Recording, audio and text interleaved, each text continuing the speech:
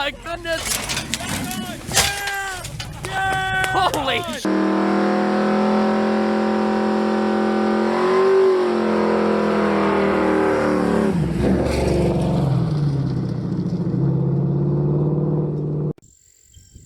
Okay, there it is. That's going to be my off-roading mower. Picked that up a couple months ago after, I don't know, for a little while there, got addicted to watching those videos of people off-roading lawnmowers. Found this at a swap meet, got it for 20 bucks, no engine. I didn't find it like this. I got it all tore apart. I got the transaxle in the shed, I've already got it welded up. What I'm going to do today, hopefully, I know I got company coming over later, I'm going to have to help them with some stuff. But what I'm hoping to at least get started today, I'm going to try to get the transaxle back in it with a 2-inch lift in the rear and stretch the frame right behind the steering about a foot. Make the frame a foot longer because, yeah, a little extra leg room. So you can see this is the Craftsman. It's got the 6-speed, got the high and low transaxle. I'm guessing this is a late 80s, maybe early 90s model. Yeah, looks like just a bunch of junk now, and it'll be a bunch of junk when it's finished, but hopefully it'll be some fun junk. Gonna use pieces off of this old Explorer frame to stretch the mower frame out, but yeah, let's get to doing something.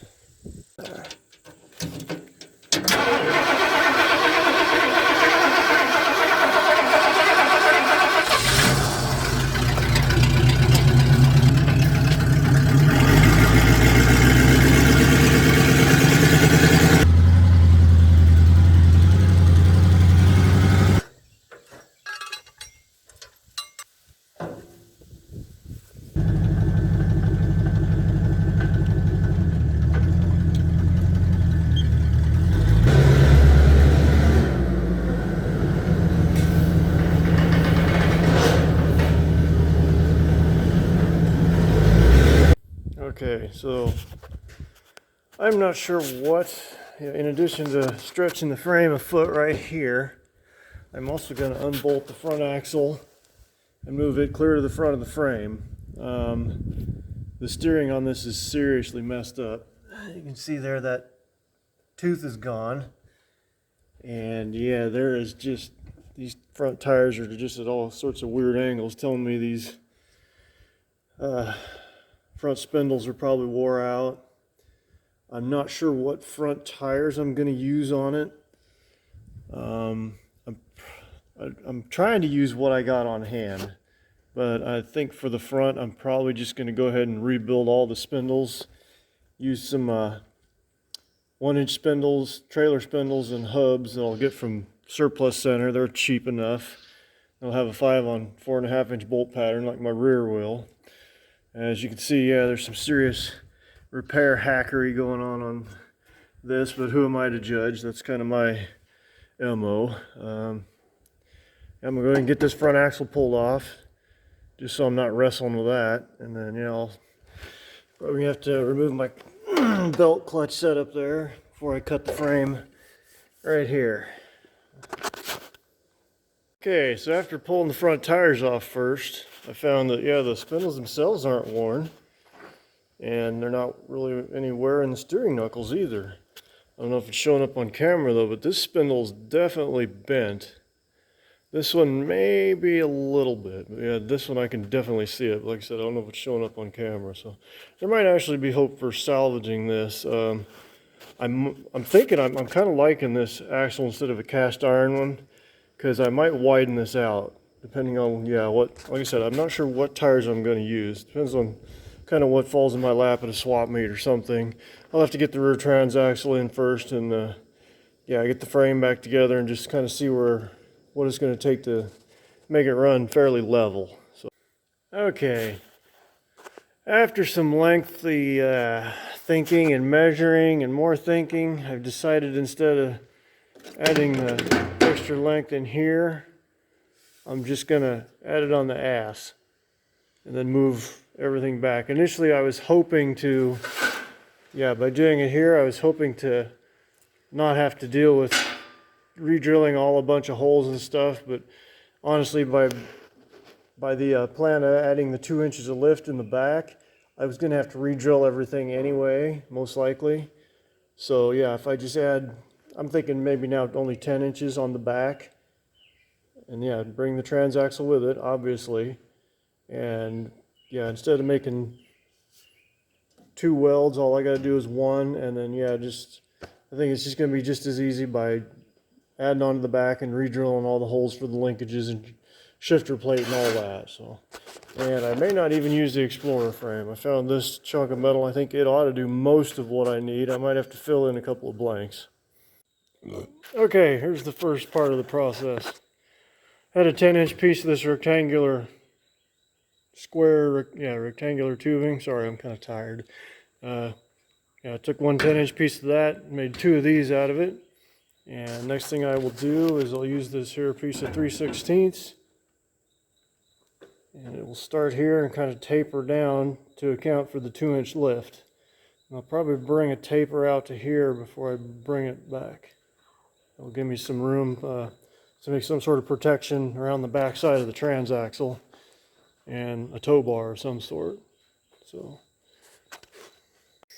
okay, here's one side. Yeah, took a break tonight. It's dark now. I went to go check out a local county fair monster truck show. I hadn't done that in a long time. It was a county fair monster truck show. It's okay. They're just kind of crippled by lack of room to work. But yeah, it was a nice evening. Not too terribly hot. Nice excuse to take the Mustang for a drive. Not that I need an excuse. Got to smell the nice sweet aroma of racing fuel exhaust, and yeah, I was trying to look for a parking spot. Somebody yelled out he'd give me $5,000 for my Mustang right now. That was a good laugh out loud moment. So, anyway, here's the first plate I cut out before I left. Here's how it's going to work. I can do this with one hand. So it'll fill that in. So you can see here's the bolts for mounting the transaxle. Obviously I need to cut out the actual space in between the bolts or the transaxle will fit in there, but here are the original 2. So yeah, you can see it's 10 inches back and 2 inches lower. I'm gonna get busy and cut out the other plate, maybe get it all tacked up tonight and give it a test fit. Steve's here to help. Yeah, aren't you? Yeah, you just want some kibble, don't you?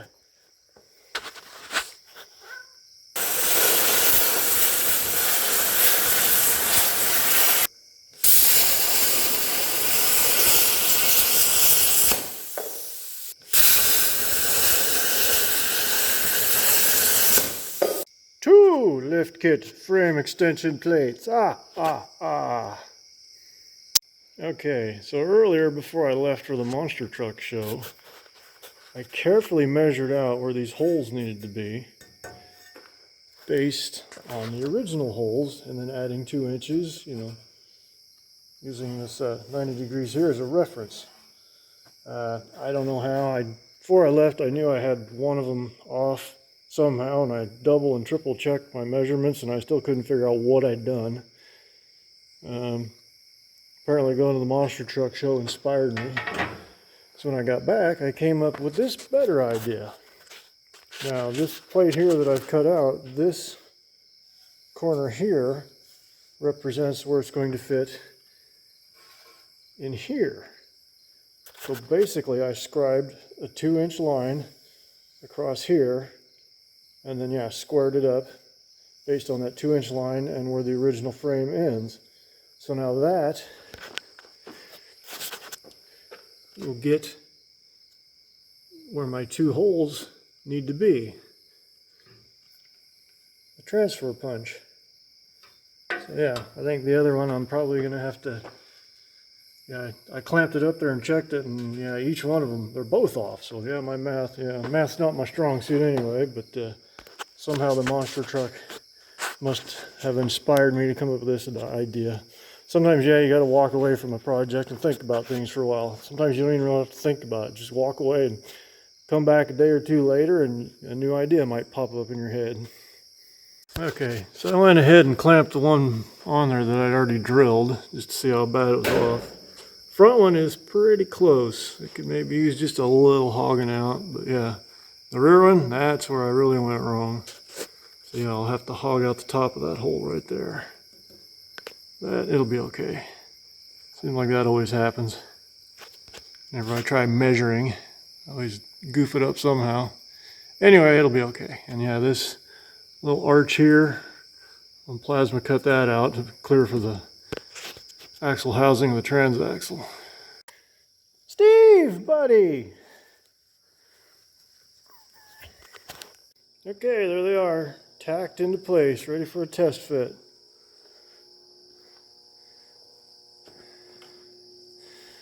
I almost missed it, but in this one, it needs to have that hole right there because that is the fill hole for the transaxle. But smart me, with my big evolved human brain, I caught it. Yeah, I'm sure through some misalignment somewhere, something not being square in these corners or something, I'm sure not all 4 of these bolts are going to line up. But we'll see, maybe I'll luck out. I guess if not, I'll be hogging them out with a file. Well, would you look at that? They all lined up. A little bit of a fight, but they all went in. He's gonna have a long wheelbase. If I push that front axle out further too. That's okay, I'll make it a better hill climber. Probably gonna put some sort of a reinforcement plate over that. Probably not tonight though. This one ain't quite as bad because it's not totally gone, but yeah, I'll probably fill that in. If you notice, I stacked this 3/16 on the inside of this one. The reason I did that is because the original toe point, drawbar, hitch, whatever you call it, it was that way too. It was tucked on the inside, so I figured out how to do that to get the right measurement between the housings. Worked out pretty good. One problem I got here is because of the step in the 2 separate pieces. This upper cross member support thing, yeah, it can't fit past that, and yeah, it doesn't. What's that, about 1 inch shy of clearing? I might just put some spacers in there and longer bolts, and maybe go ahead and weld this cross member in. I'm not sure. I don't think it's going to get in the way of anything. I do remember when I took it apart, if I remember correctly, this crossbar got in the way of me getting the linkage out for the high and low range bar. Pin, detent, shifter, or whatever you want to call it. I'm going to wait on that tonight though. For tonight I'm just going to go ahead and weld all these plates up, call it good. Yeah, the linkage for that high and low shifter, it's outside in the dark weeds and whatnot. I'll dig it up when it's daylight. Yeah, I can deal with that later. It's getting late, I'm tired. I'm going to go ahead and weld her up and call it good for the night.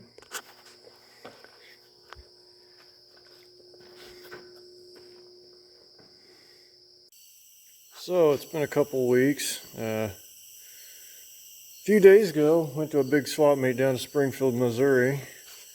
Picked up this 11 horsepower single cylinder horizontal shaft engine.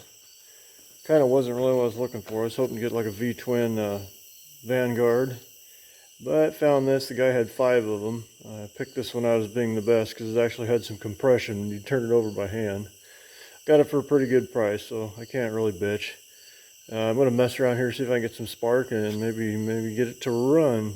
Maybe on, I don't know, about some fuel, or just spray something down the carburetor or what. It's got oil in it. The oil looks clean. I was getting ready to pull the spark plug and see if I can get spark. Did come with this funky old steel gas tank, but yeah, I'm going to get busy.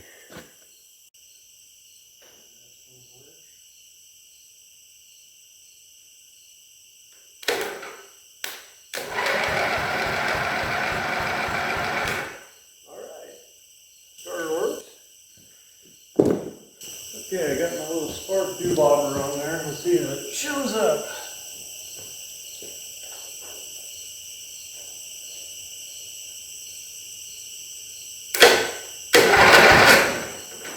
shove, but it's make it spark.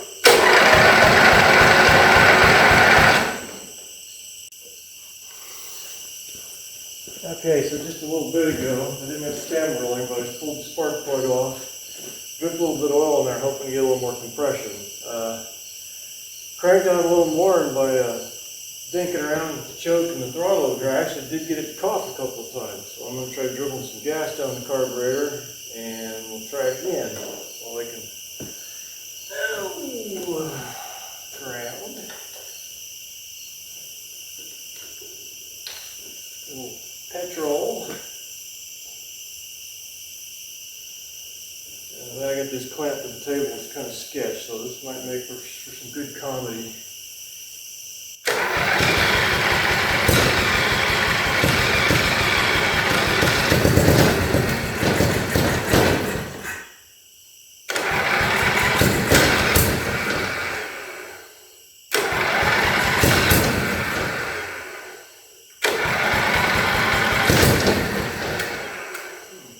Can't quite figure out what the right combination is.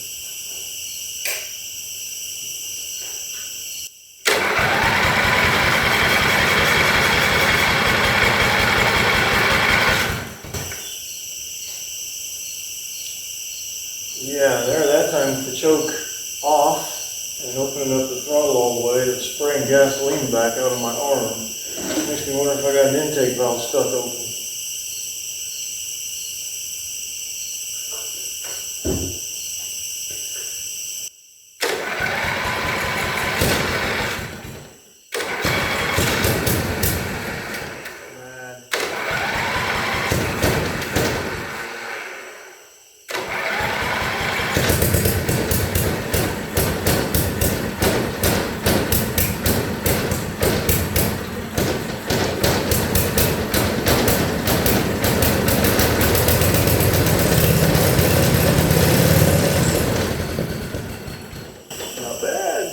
Promise.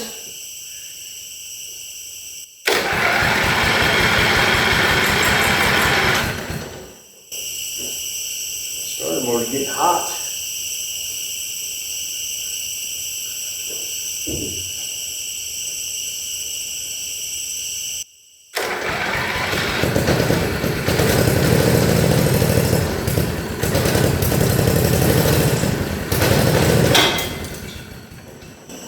Let it die. I don't know where that thing's going to go if it does start. Guy will try to get some gasoline into the float bowl itself.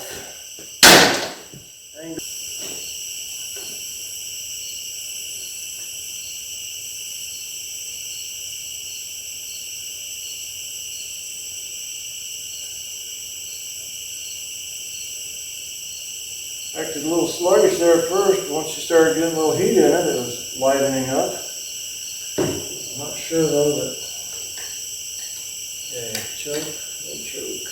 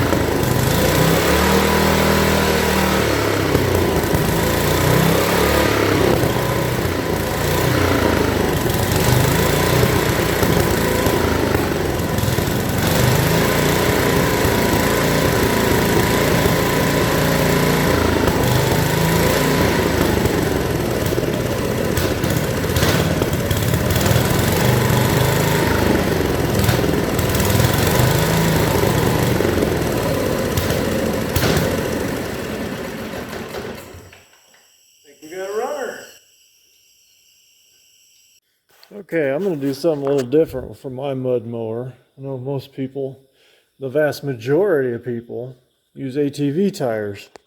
I'm going to use what I got. Got some old 19-inch motocross knobbies here. They're about 26 inches tall or so. These shells I've got here are from, I don't know exactly what, some sort of old vintage car, some Model A or some crap like that. Got this one mounted up just to try it out and get a good measurement for the height when it's inflated. But yeah, for the centers,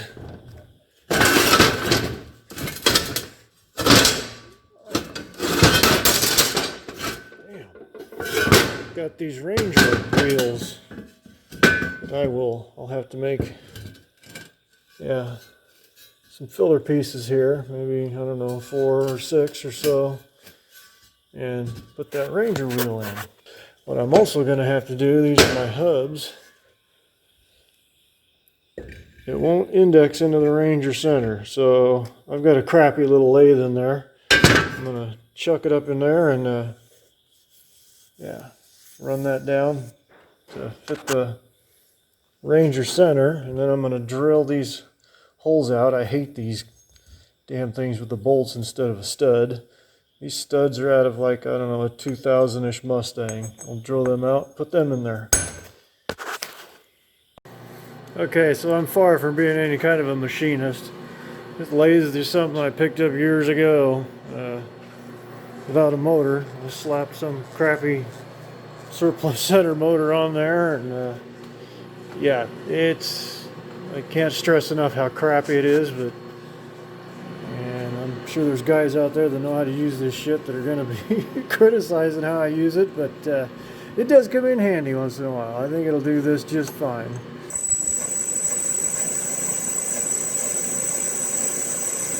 Woohoo! Look at it go! Anyway, I'm going to put the phone down now so I can pay attention to what I'm doing. Okay, anybody else that might want to do this, you can see, there's kind of a ridge there on the outside. Looks like right about the time I'm running out of ridge, that's about how much to machine off. Okay, so what I found here seems to be working as a 35/64 bit, which ironically enough, I bought that to put Moroso wheel studs on the front of my 65 Mercury Marauder. I'll get them drilled out, pressed in, and we'll see.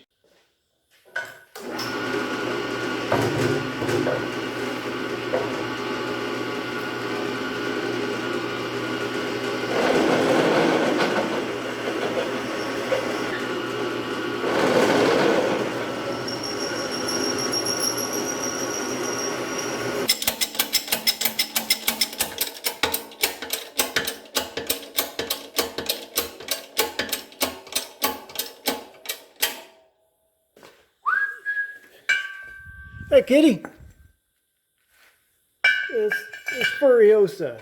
Want to be petted today? Apparently not. Okay, here we go.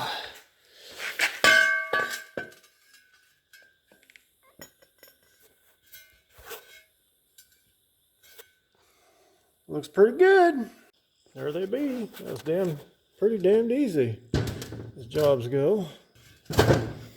Had these 19-inch tires and wheels I was going to build years ago, a four-wheel drive go-kart out of them. It kind of never happened, and they've just been sitting in the shed using one on this. So I had a couple left. I'll just use what I got. I know they're probably going to ride rougher than hell, which is bad enough on a mower with no suspension either, but they're what I got. If they don't work out, I can just get something else for it. I think they'll work pretty good if I can handle the rough ride. Okay folks, time to build some wheels. I think what I'm going to do here, took a measurement here to here and from here to here, split the difference. I think it was 14.5 to this and 18.5 to there. Which obviously makes 2 inches per side. What I'm going to do, weld 3 of these equally spaced As you can see, I've got spots ground out for 6, but I'm just going to do 3 for now. I can get those 3 welded in there. I'll tack them in there first, take the wheel, or take the center and set it in this shell. Hopefully, as you know, if I tried doing 4, there's always the chance it could rock and not sit in there straight. So I guess there's a chance even with 3, because I don't really know how straight any of this is. Being as this is just going on a mower, doesn't really matter how straight it is, but I'd still like to try to make it as straight as possible. Thought crossed my mind, I know some derby guys swear by having a bent rim or stacking washers behind their rim. The theory behind it is the tire's spinning, it wobbles violently like that, and as it wobbles it grabs more traction. But yeah, I'm not saying it doesn't work, I'm not going for that. I'll try to make things as straight as I can, reasonably so.